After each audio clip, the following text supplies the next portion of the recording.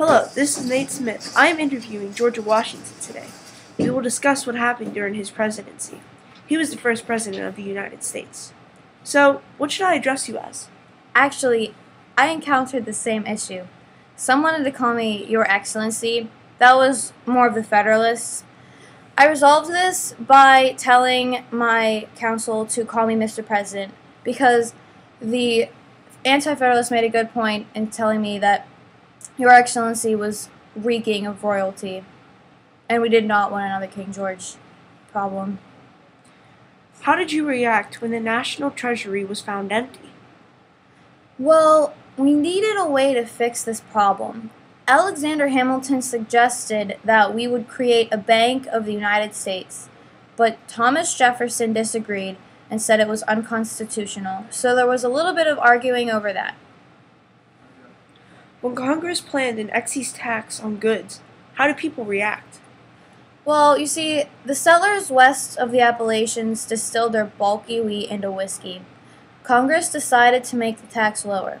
Unfortunately, these men called the Whiskey Boys decided to tar and feather our tax collectors.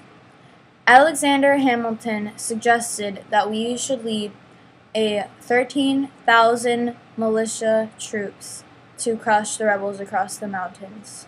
That's a good idea. What was the reaction when France had that uprising? Well, to most, it was very exciting. Thomas Jefferson's opinion thought that it was a part of a great crusade for democracy. The French authorities were very enraged by this, and they executed 20,000 men, women, and unfortunately children. That is very tragic. How were they killed? Well, the sad thing was they were sentenced to death by decapitation, which is being beheaded, most likely by a guillotine. Actually, after these events, we signed a treaty with France. We would help fight on their side as an alliance in times of war, even if that meant we had to fight with Great Britain once again. After your first term, what happened? Well, our country was slowly falling apart. The different parties were often disagreeing and never had the right ideas for each other. So Alexander Hamilton and Thomas Jefferson, completely opposite on their parties, decided to come together and form one opinion, and that was to ask me to stay for one more term.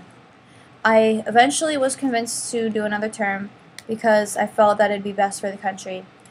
After that, I had retired after a very long 8-year presidency. I gave a long speech to the public, advising them with some of my best advice, and that is to stay clear of any entangling alliances and passionate loyalty so that you do not get caught up in another country's problems. After that, I was out of presidency for good. George Washington, thank you for coming.